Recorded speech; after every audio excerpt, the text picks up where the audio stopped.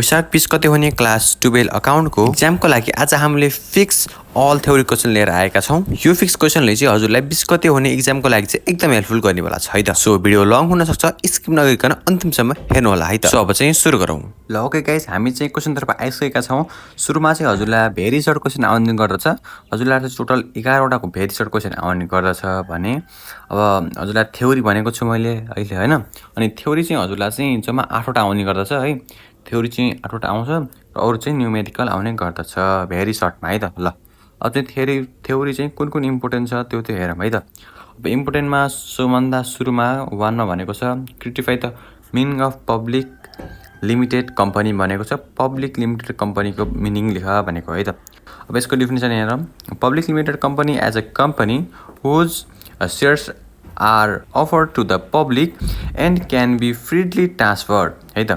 and it has limited liability and must meet legal requirement like minimum shareholders and decision हैन। यति हजुरले अब definition लेखिसकेपछि public limited कम्पनीको चाहिँ मिनिङ जान्नुहुन्छ है त। यो चाहिँ भेरी सर्ट क्वेसन हो, हजुरले 2-3 लाइनसम्म लेखे हुन्छ है त। ल अब हामी जाउँ क्वेसन नम्बर 2 मा। क्वेसन नम्बर 2 मा हजुरलाई डिफाइन प्रिफरेन्स शेयर्स भनेको छ। A preference shares is a type of shares that gives it's holder priority in receiving dividend and repayment of capital over equally share holders भनेको छ। अब यो question हेर्न सक्नुहुन्छ हजुरले। अब चाहिँ हामी जाउँ क्वेसन नम्बर 3 तर्फ। क्वेसन नम्बर 3 मा हजुरलाई भनेको छ मिनिङ अफ एडजस्टिङ इन्ट्री है त। र हजुरलाई चाहिँ अब सर्टमा पनि आउँछन् थ्योरी क्वेसन चाहिँ, र लङमा चाहिँ हजुरलाई थ्योरी आउँदैन, सर्टमा आउने है त। टोटल चाहिँ 20 मार्क्सको चाहिँ हजुरलाई थ्योरी आउने गर्दछ है त। भनेको छ एडजस्टमेन्ट इन्ट्रीको meaning. Adjusting entry are general entries made at the end of an accounting period to update account for accrued and deferred item ensuring accurate financial statement भनेको छ। यो चाहिँ एडजस्टिङ इन्ट्रीको चाहिँ मिनिङ रहेको छ। अब यो चाहिँ हेर्न सक्नुहुन्छ हजुरले, पढ्नु होला। अब यो चाहिँ पढ्ने नै हो है त। क्वेसन नम्बर 4 मा हजुरलाई भनेको छ टु लिमिटेसन अफ कस्ट अकाउन्टिङको इम्पोर्टेन्स छ कस्ट अकाउन्टिङको है। ल अलि ध्यान दिनु होला है त। कस्ट अकाउन्टिङ भनेको छ, कस्ट अकाउन्टिङको 2 लिमिटेसन के छ त भन्दाखेरि it is expensive to maintain भनेको छ। अनि it involve complex procedure and required skill personnel भनेको छ। टु लिमिटेसन चाहिँ यसको यही नै थियो। अब हामी जाउँ क्वेसन नम्बर 5 मा। क्वेसन नम्बर 5 मा हजुरलाई classify overhead accounting to its limits भनेको छ। Overhead are classified into direct materials, direct labour, direct expenses, 3टा। ल ओके गाइस, हामी चाहिँ अब क्वेसन नम्बर 5 मा आइसकेका छौँ। क्वेसन नम्बर 5 मा हजुरलाई classify overhead accounting and it's limits भनेको छ। अनि यहाँ चाहिँ हजुरलाई चाहिँ ओभरहेडका क्लासिफाइड लेख्नुपर्ने हुन्छ। इनडाइरेक्ट मेटेरियल्स, इनडाइरेक्ट लेबर र इनडाइरेक्ट चाहिँ एक्सपेन्सेस, 3टा इनडाइरेक्टहरू यहाँ रहेका छन् है त। अकाउन्टिङ अफ इट्स लिमिट्स है त। ल अब हामी क्वेसन नम्बर 6 मा जाउँ। यिनी मैले जुन हजुरलाई क्वेसन दिएको छु सबै प्र्याक्टिस गरेर पढ्नु होला है त। ल क्वेसन नम्बर 6 मा जाउँ। क्वेसन नम्बर 6 मा हजुरलाई मिनिङ अफ स्टोर लिगल भनेको छ। स्टोर लिगलको चाहिँ हजुरलाई मिनिङ लेख्नुपर्ने हुन्छ। त्यो भनेको के लेख्नुपर्ने हुन्छ? Store legal is a record that so the quality and value of materials receive issue and remaining in store भनेको छ। यति लेखेपछि हजुरले मार्क्स इजिली प्राप्त गर्न सक्नुभयो है त। ल अब हामी अब इक्जाम त हजुरलाई अब 2 दिन पछि नै छ, 20 गते इक्जाम रहेको छ। त्यतिसम्म चाहिँ हजुरलाई यति इजिली खोक्न हजुरले सकिहाल्नुहुन्छ है त। ल इम्पोर्टेन्ट छ है यो। टु एडभान्टेज अब 7 नम्बरमा हेर्नुहोस् है। 7 मा हजुरलाई two advantage of time rate system of wages payment भनेको छ। इम्पोर्टेन्ट हुनसक्छ, हजुरले अलि धेरैलाई ध्यान दिनु होला है त। ल it is simple to easy to calculate हैन। It is simple and easy to calculate. अनि it ensure stable income for workers भनेको छ। क्वेसन नम्बर 8 तर्फ जाउँ। क्वेसन नम्बर 8 मा हजुरलाई to important of computer system in accounting भनेको छ। यसमा चाहिँ हजुरलाई कम्प्युटर सिस्टम अकाउन्टिङको चाहिँ हजुरलाई सर्टमा पनि 5 मार्क्समा पनि क्वेसन आउन सक्छ हैन। र हजुरलाई भेरी सर्टमा त आएको रहेछ। हजुरलाई लङमा पनि, लङ मतलब भेरी सर्टमा पनि हजुरलाई 5 मार्क्समा आउन सक्छ है त। यो क्वेसन पनि ध्यान दिनु होला। It increase accuracy and reduce errors भनेको छ। It save time and spend of accounting works भनेको छ। यति लेखेपछि हजुरले मार्क्स पाइसक्नु भयो है त। यो चाहिँ 5 मार्क्समा पनि आउन सक्छ है त। ल ओके गाइज, हजुरलाई चाहिँ अब भेरी सर्टमा आउने क्वेसन त यही नै थियो, हजुरले हेरिसक्नु भएको छ होला। अब हजुरले हेर्ने मात्रै नभएर चाहिँ यसलाई प्र्याक्टिस गरेर बुझि पनि गराउनु पर्यो, बुझ्नु पनि पर्यो यसलाई चाहिँ कसरी गरेको हो सबै। अब यसलाई चाहिँ अब घोक्नै पर्छ है त। अब यसलाई मिलाएर लेखौँला भन्न यिनी सर्ट क्वेसनलाई चाहिँ अब त्यति मिल्दैन, हजुरले घोक्न नै पर्छ, त्यति गाह्रो पनि छैन, इजिली हजुरले घोक्न सक्नुहुन्छ है त। अब चाहिँ 5 मार्क्समा कुन क्वेसन आउँछ नि त, अब पुरै त आउन 5 मार्क्समा, अब 2-3टा क्वेसन आउने हुन् 5 मार्क्समा पनि होइन, 2टा जति आउँछन् होला। कुन आउँछ नि त हजुरले, अब त्यो चाहिँ अब हामीले जानौँ है त। ल हामी चाहिँ अब सर्ट क्वेसनमा आइसक्यौँ, जसलाई हजुरलाई 5 मार्क्समा सोधिने गर्दछ त्यो क्वेसन चाहिँ हामी अब गर्न गइरहेका छौँ। हजुरलाई लङमा आउँदैन, 5मा आउने गर्दछ है त, 5 मार्क्समा आउने गर्दछ। ल अब चाहिँ क्वेसनतर्फ जाउँ। क्वेसनमा चाहिँ हजुरलाई भनेको छ सुरुमा चाहिँ हजुरलाई right the meaning of fixed and variable overhead with suitable example भनेको चाहिँ इम्पोर्टेन्ट क्वेसन छ, अलि ध्यान दिनु होला है त। ल फिक्स्ड एन्ड भेरिएबल ओभरहेडको चाहिँ हजुरलाई सुरुमा मिनिङ लेख्नु पर्यो, तीन दुईटा भनेको के हो मिनिङ लेख्नु पर्यो। त्यसपछि चाहिँ सुइटेबल भनेको मिल्दो खालको एउटा मिल्दो जुल्दो एउटा इक्जाम्पल पनि लेख्नु पर्यो भनेको छ नि होइन, विथ सुइटेबल इक्जाम्पल पनि लेख्नु पर्यो। ल अब एन्सरतर्फ जाउँ। यहाँ एन्सरमा चाहिँ हजुरलाई सुरुमा इन्ट्रोडक्सन हल्का दिने, इन्ट्रोडक्सन दिएपछि चाहिँ अब भेरिएबल ओभरहेडको यहाँ इन्ट्रोडक्सन हल्का फिक्स्ड ओभरहेड र अनि भेरिएबल ओभरहेडको चाहिँ दुईटाको अब एउटा चाहिँ स्विट खालको इन्ट्रोडक्सन यहाँ दिएको छ, हेर्न सक्नुहुन्छ। Overhead refers to the indirect cost include in the production process that can not be directly traced to a specific unit of output भनेको छ। It is broadly classified into fixed overhead and variable overhead. ल यति त्यो हजुरलाई introduction भइसक्यो। अब चाहिँ fixed ओभरहेडको लेख्नु पर्यो, अनि त्यसपछि त्यसका इक्जाम्पल लेख्ने, त्यसपछि भेरिएबल ओभरहेड अनि त्यसका इक्जाम्पलहरू लेख्ने है त। ल अब चाहिँ फिक्स्ड ओभरहेडको बारेमा जानौँ है त। ल fixed overhead is the indirect cost that remain constant in total regardless of the level of production or business activity within a certain range। र मैले हजुरलाई जुन यहाँ एन्सर दिएको छु सेम हजुरले कपी पेस्ट गर्दै हजुरले एन्सर लेख्न सक्नुहुन्छ। र त्यसपछि भनेको छ those costs do not change within increase or decrease in output altogether, although the cost per unit may vary inversely with production volume भनेको छ। र अर्को भनेको छ fixed overhead are time limited and must be paid even if production is zero भनेको छ। ल यति हजुरले गरिसकेपछि हजुरले फिक्स ओभरहेडको पनि हजुरले जानिसक्नुभयो। अब यसको चाहिँ इक्जाम्पल पनि हजुरलाई जानौँ है त। इक्जाम्पल भनेको छ factory rent, salary of supervisor अनि insurance, depreciation of machinery, office rent चाहिँ यसको इक्जाम्पलहरू रहेका छन्। फिक्स ओभरहेडभित्र के पर्छ त भनेपछि यस्ता हजुरले बुझ्न सक्नुभयो है त। ल अब चाहिँ भेरिएबल ओभरहेडतर्फ जाउँ है त। भेरिएबल ओभरहेड भनेको के हो त्यो जानौँ है त। ल variable overhead is a indirect cost that change in direct proportion to the level of production or activity है त। अनि त्यसपछि as production increase total variable overhead increase as the production decrease भनेको छ। अनि त्यसपछि it also decrease however the cost per unit generally remain constant भनिसकेको छ ओभर। अब यो चाहिँ भेरिएबल ओभरहेडको चाहिँ अब यसको इक्जाम्पलमा जाँदाखेरि चाहिँ यहाँ थुप्रै इक्जाम्पल दिएको छ। अनि जस्तै हजुरलाई अब workers, electricity users, used for running machine, factory, suppliers, indirect मेटेरियल्सहरू यस्ता थुप्रै हजुरलाई चाहिँ दिएको छ इक्जाम्पलहरू है त। लास्टमा चाहिँ हजुरले हल्का यस्तो कन्क्लुजन हजुरले लेख्न सक्नुहुन्छ है त अन्त्यमा चाहिँ। र कन्क्लुजनमा चाहिँ लेखिसकेपछि हजुरले अलि मार्क्स पाउने सम्भावना अलि हाई हुन्छ है त। त्यसमा लेख्नुहोस् हजुरले fixed overhead remain constant in total while variable overhead varies with the level of output लेख्ने। त्यसपछि both are instrumental for cost calculation and proper managerial decision making भनेर चाहिँ हजुरले कन्क्लुजन चाहिँ यति लेखिसकेपछि हजुरले मार्क्स पाउने सम्भावना अलि हाई हुन्छ के, इम्प्रेसन चाहिँ अलि टिचरमा अलि बढ्छ है त। ल यति चाहिँ हजुरले लेख्न सक्नु पर्यो नै है। अब हल्का पढ्नु होला है, अब पढ्नु होला। यो एन्सर लेख्न पनि हजुरले सक्नुहुन्छ। Meaning of fixed and variable ओभरहेडको चाहिँ यो क्वेसनको एन्सर चाहिँ यहाँ रहेको छ है त। ल अब चाहिँ हजुरलाई अरू क्वेसनमा जाउँ। अरू क्वेसन हजुरलाई सोधेको छ explain the needs of accounting software है त। यो चाहिँ इम्पोर्टेन्ट छ। अकाउन्टिङ सफ्टवेयर चाहिँ एकदम हाई छ है त, एकदम हाई चान्स छ हजुरलाई चाहिँ अब यो इक्जाममा चाहिँ थ्योरीमा आउने सम्भावना एकदम हाई रहेको छ। यसलाई चाहिँ अलि ध्यान दिएर अलि धेरै नै ध्यान दिएर पढ्नु होला है त। ल अब अकाउन्टिङ सफ्टवेयरको चाहिँ अब एक्सप्लेन गर्नु पर्यो, यो सबै आफूले लेख्नु पर्यो है त। अब जाउँ एन्सरतर्फ। एन्सरमा चाहिँ accounting software is essential in modern business to manage financial transportation, efficiency, accuracy, and quickly भनेको छ with the growth of business activities and the increasing complexing of financial records, manual accounting has become time costing and prone to errors भनेको छ। त्यसपछि हजुरलाई यहाँ therefore लेखेर the needs for accounting software has increased significantly भनेर यति लेख्न सक्नुहुन्छ हजुरले एन्सरमा चाहिँ। अब हजुरलाई चाहिँ यहाँ फर्स्ट सेकेन्ड थर्ड फोर्थ अनि फिफ्थ भनेर फिफ्थ सिक्स्थ भनेर चाहिँ 6वटा चाहिँ हजुरलाई यहाँ दिएको छ पोइन्टहरू।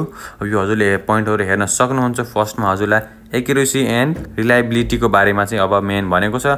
सेकेन्डमा हजुरलाई स्पिड एन्ड इफिसियन्सीको बारेमा हजुरलाई भनेको छ।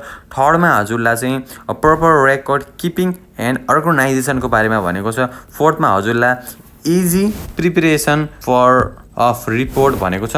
अनि हजुरलाई 5मा भनेको छ डाटा सेक्युरिटी एन्ड ब्याकअपको बारेमा हजुरलाई 5मा भनेको छ। 6मा हजुरलाई चाहिँ कम्प्लिकेसन विथ ल एन्ड ट्याक्सनको बारेमा हजुरलाई भनेको छ।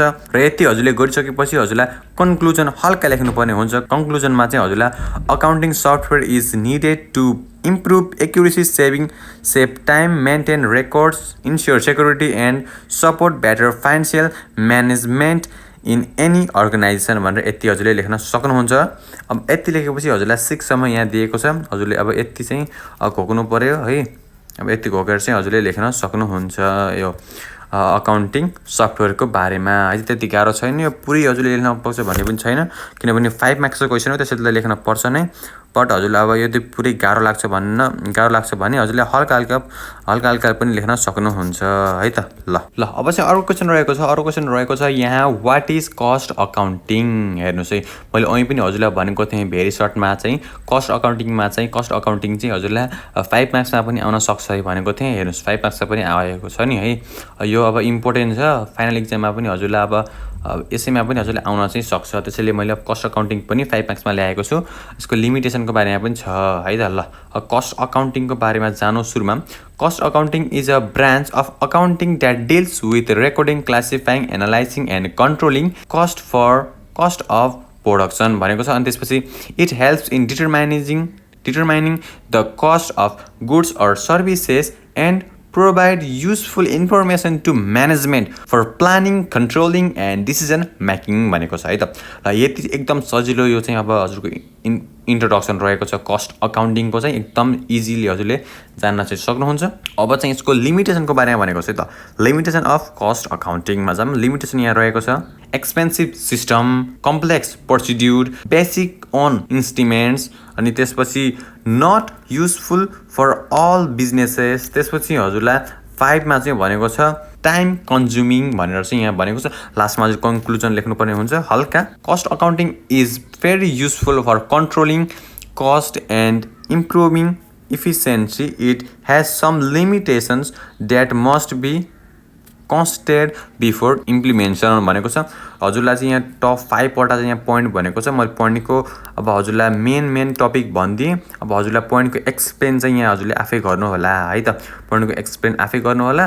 र म चाहिँ यहाँ लिमिटेसनको बारेमा पनि भनिदिइसकेँ। अब यो 5 वटा छ, यसको एक्सप्लेन गर्नु होला। अनि यो कस्ट अकाउन्टिङको अब इन्ट्रोडक्सन एकदम सजिलो छ, यो पढ्नु होला है। यति सकेपछि हजुरले 5मा 4 त हजुरले इजी नै प्राप्त गर्न सक्नुहुन्छ है त। ल अब हामी मोस्ट इम्पोर्टेन्ट क्वेसन आइसकेका छौँ फेरि पनि। त मोस्ट इम्पोर्टेन्ट क्वेसन अर्को रहेको छ हजुरलाई अकाउन्टिङ सफ्टवेयर है त। यो अकाउन्टिङ सफ्टवेयर एकदमै मोस्ट इम्पोर्टेन्ट रहेको छ हजुरलाई थ्योरी क्वेसनको लागि चाहिँ। एक्सप्लेन द लिमिटेसन पनि यसको भनेको छ है। यो अकाउन्टिङ सफ्टवेयर यसलाई जसरी पनि दिन सक्छ, झुक्किनु पर्दैन।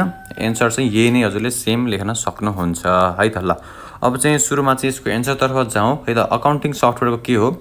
Accounting software has made accounting work fast and more accurate, but it still has server limitation भनेको छ है त। अब वर्क फास्ट गर्नको लागि चाहिँ यो एन्ड एक्युरेट गर्नको लागि चाहिँ यो अकाउन्टिङ सफ्टवेयर चाहिँ इम्पोर्टेन्ट हुन पुग्छ भनेको छ है। अनि अब यसको लिमिटेसनको कुरा गरौँ है। लिमिटेसनको कुरामा चाहिँ हजुरलाई 7 वटा जति चाहिँ हजुरलाई यहाँ पोइन्टहरू दिएको छ। पोइन्टहरू सर पढौँ है त। ल हाइन्डियर कस्ट भनेको छ है। हाइन्डियर कस्ट भनेको छ installing accounting software, purchasing computer and training staff required a large investment which may be difficult for small businesses भनेको छ। 2 मा हजुरलाई dependent on electricity and technology भनेको छ है त। अब टेक्नोलोजी र इलेक्ट्रिसिटीमा चाहिँ डिपेन्ड हुने रहेछ भनेको छ। The system completely depend on electricity, पुरै नै एकदमै 100% नै इलेक्ट्रिसिटी एन्ड कम्प्युटर सफ्टवेयरसँग चाहिँ डिपेन्ड हुने है चाहिँ। Power failure, system crash or technical issue can interpret accounting works भनेको छ यहाँ। अब क्वेसन नम्बर 3 मा चाहिँ हजुरलाई भनेको छ, पोइन्ट नम्बर 3 मा हजुरलाई भनेको छ रिस्क अफ डाटा लस भनेको छ है त। रिस्क अफ डाटा लस भनेको छ। अब हजुरलाई चाहिँ यो चाहिँ हजुरले कम्प्युटरमा पनि पढ्ने कुरा हो र बाहिरी कुरा पनि हो है त। हजुरले अब एक्स्ट्रा नलेजिङ कुरा पनि हो है त, हजुरको डेली लाइफमा पनि चाहिने कुरा चाहिँ हो है त। If proper backup is not maintained, important financial data can be lost due to the system failure, virus attack or accidental deleting भनेको छ है त। अब यो चाहिँ रिस्क एन्ड डाटा लसको चाहिँ यसरी चाहिँ हुँदो रहेछ भनेको छ। सेक्युरिटी थ्रेट्स भनेको छ। और 4 नम्बरमा अब यो भनेको चाहिँ computerize system are vulnerable to hacking, unauthorized access to assets and cyber fraud भनेको छ। If proper security measures are not applied भनेर यहाँ सेक्युरिटी थ्रेट्सको चाहिँ यहाँ भनेको छ है त। ल 5 मा चाहिँ हजुरलाई भनेको छ निड्स फर स्किल्ड पर्सनल भनेको छ। Operating accounting software requires trained and skilled staff भनेको छ। Lack of knowledge may leads to errors or misuse of the system भनेर चाहिँ यहाँ टप 5 मा चाहिँ यो भनेको छ है त। ल अब 6 मा हजुरलाई भनेको छ errors due to wrong input भनेको छ। रङ इनपुट दिँदाखेरि चाहिँ अब चाहिँ एरर हुने रहेछ भनेको छ। Although calculation are automatic incorrect data entry can still product wrong result भनेको छ। त्यसपछि चाहिँ garbage in garbage out, GIGO को फुल फर्म हो यो। GIGO को फुल फर्म चाहिँ गार्बेज इन गार्बेज आउट भनेर यहाँ भनेको छ है त। मैले भने नि अहिले कम्प्युटरमा पनि हजुरले पढ्ने कुरा हो है त। र 7 मा चाहिँ हजुरलाई भनेको छ, यो चाहिँ एकदम सजिलो छ, हजुरले पहिला पनि पढेकै होला हैन। यो चाहिँ एकदम सजिलो छ, अलि ध्यान दिएर पढ्नु भयो भने एकदम इजी हजुरलाई हुन पुग्छ है त। Cost of maintenance and update है त। मेन्टेनेन्स गर्नु पर्यो र अपडेट पनि गर्नु पर्यो भनेको छ त्यसको कस्टको। अनि regular maintenance software update and technical support add to the ongoing expenses भनेर यहाँ भनेको छ है त। Technical support to the ongoing expenses भनेर भनेको छ। र यति सके हजुरलाई चाहिँ 7 वटा चाहिँ यति सकेपछि चाहिँ 7 वटा अनि कन्क्लुजन हल्का लेखिदिने है। कन्क्लुजन लेख्नु पर्ने हुन्छ किनकि 5 मार्क्सको क्वेसन हो। त्यसैले कन्क्लुजन लेखिदिने। Accounting software improve efficiency and accuracy its limitation like cost, technical dependency and security risk must be properly managed भनेर भनेको छ। यति कन्क्लुजन यति लेखिसकेपछि अब यो हजुरलाई यो क्वेसन पनि हजुरले इजी लेखेर चाहिँ सक्नुभयो है त। ल अब चाहिँ हामी लास्ट क्वेसनतर्फ जाउँ। लास्ट क्वेसन यहाँ भनेको छ differences between centralize purchase and decentralize purchase. यो पनि इम्पोर्टेन्ट चाहिँ आउने सम्भावना एकदम हाई हुन्छ है त। ल अब यसको एन्सरतर्फ जाउँ। Centralize and decentralize purchase system differs in authority, control and efficiency भनेको छ। अनि यो चाहिँ सुरुमा हामीले इन्ट्रोडक्सन दिइसक्यौँ यसको। अब चाहिँ मेन डिफ्रेन्सेस यसको हेरौँ है त। डिफ्रेन्सेस के चाहिँ हेरौँ है त। ल अब चाहिँ यहाँ सेन्ट्रलाइज पर्चेज र डिसेन्ट्रलाइज पर्चेजका यहाँ मिनिङहरू छन्। सुरुमा चाहिँ मिनिङको चाहिँ डिफ्रेन्सेस के छ हेरौँ है त। मिनिङको डिफ्रेन्सेस चाहिँ यहाँ भनेको छ सेन्ट्रलाइज पर्चेजको चाहिँ all purchasing activities are handled by a single डिपार्टमेन्टले चाहिँ यसलाई ह्यान्डल गर्दो रहेछ भनेको छ। अनि डिसेन्ट्रलाइज पर्चेजको चाहिँ purchasing is done by different department or branch independently भनेर भनेको छ है त। यसको चाहिँ मिनिङको चाहिँ डिफ्रेन्स यो रहेको छ। अब चाहिँ अथोरिटीको चाहिँ डिफ्रेन्स हेरौँ है त के रहेछ। अथोरिटीको डिफ्रेन्स यहाँ भनेको छ सेन्ट्रलाइजको चाहिँ यहाँ authority is concentralise in one central unit भनेको छ। अनि त्यसपछि डिसेन्ट्रलाइजको चाहिँ authority is distribute among various department भनेर चाहिँ यसको भनेको छ। अथोरिटीको चाहिँ डिफ्रेन्सेस यसको यही नै रहेछ है त। अब चाहिँ थर्डमा हेर्न सक्नुहुन्छ कन्ट्रोलको है त। कन्ट्रोलको के छ त भन्दाखेरि कन्ट्रोलको यहाँ रहेको छ सेन्ट्रलाइजको चाहिँ better control and uniformly in purchasing policies भनेको छ। र डिसेन्ट्रलाइजको चाहिँ less control and positive variation in policy भनेर यहाँ भनेको छ है त। अब चाहिँ 4 मा हजुरलाई कस्ट एडभान्टेजको बारेमा भनेको छ। र अब यसको हेरौँ है त। यसको के रहेछ त भन्दाखेरि सेन्ट्रलाइजको चाहिँ यहाँ रहेछ bulk purchasing leads to discount and lower cost भनेको छ भने डिसेन्ट्रलाइजको चाहिँ no bulk buying advantage so higher rate भनेर यहाँ भनेको छ कस्ट एडभान्टेजको पनि यहाँ डिफ्रेन्स हजुरले देखिसक्नु भएको छ है त अब चाहिँ 5 मा हजुरलाई भनेको छ फ्लेक्सिबिलिटीको बारेमा फ्लेक्सिबिलिटीको चाहिँ अब सेन्ट्रलाइजको चाहिँ lace flexible and sure in urgent situation भनेको छ र डिसेन्ट्रलाइजको चाहिँ more flexible and quick decision making भनेर चाहिँ डिसेन्ट्रलाइजको चाहिँ भनेको छ र फ्लेक्सिबिलिटीको पनि हामीले दुईटाको अब डिफ्रेन्सेस हामीले पत्ता लगाइसक्यौँ है त अब चाहिँ 6 मा हजुरलाई भनेको छ ड्युप्लिकेसन अफ वर्क्सको बारेमा चाहिँ हजुरलाई भनेको छ अब यो चाहिँ सेन्ट्रलाइजको चाहिँ एडभाइज ड्युप्लिकेसन अफ पर्चेजिङ एक्टिभिटिज भनेको छ अनि हजुरलाई चाहिँ त्यसैमा चाहिँ हजुरलाई डिसेन्ट्रलाइजको चाहिँ change of duplications of works are higher भनेर यहाँ भनेको छ है त यो भयो अब चाहिँ हजुरलाई 7 मा भनेको छ सुइटेबिलिटीको बारेमा चाहिँ हजुरलाई भनेको छ है त अब यसको चाहिँ डिफ्रेन्सेस के छन् त भन्दाखेरि सेन्ट्रलाइजको चाहिँ यहाँ suitable for large organization with standard requirement भनेको छ र डिसेन्ट्रलाइजको चाहिँ suitable for organizations with different location and various needs भनेको छ र यति हजुरले यसको चाहिँ डिफ्रेन्सेस लेख्न सक्नुहुन्छ है त यति चाहिँ हजुरले डिफ्रेन्सेस यसको लेख्न सक्नुहुन्छ अनि लास्टमा चाहिँ हजुरले कन्क्लुजन हल्का लेख्दै हुन्छ है त कन्क्लुजनमा चाहिँ हजुरले centralize purchase ensure control and cost efficiency लेख्नु अनि त्यसपछि डिसेन्ट्रलाइजको पर्चेजको चाहिँ decentralize purchase provide flexibility and quicker decisions भनेर लेख्नुहोस् अनि the choice depends on the size भनेर चाहिँ यति size and nature of the organization भनेर यति हजुरले कन्क्लुजन लेखेपछि मार्क्स त एकदम पाउनुहुन्छ है त 4 मा 4.5 त इजी सबैले पनि दिन्छन् है यति धेरै लेखेपछि है त अब हजुरलाई गाह्रो लाग्छ भने यति पुरै लेख्न नसके हजुरलाई गाह्रो लाग्छ भने हजुरले 5 नम्बरसम्म 5वटा पोइन्ट हजुरले लेख्न सक्नुहुन्छ 7वटा लेख्न पर्छ भन्दा पनि छैन ल ओके गाइज क्लास 12 को अल थ्योरी क्वेसन चाहिँ यही नै थियो अकाउन्टको हजुरलाई कस्तो लाग्यो यदि राम्रो लाग्यो लाइक कमेन्ट शेयर सब्स्क्राइब गर्न नभुल्नु होला र हजुरलाई यो थ्योरी क्वेसनमा के गाह्रो साह्रो छ भने मलाई कमेन्ट गर्न पनि सक्नुहुन्छ अवश्य अकाउन्टको के गाह्रो साह्रो हुन्छ मलाई भन्न सक्नुहुन्छ यदि भन्दा आजको लागि यति नै 20 गते हुन गएको एक्जामको लागि सबैलाई बेस्ट अफ लक हस्त बाइ बाइ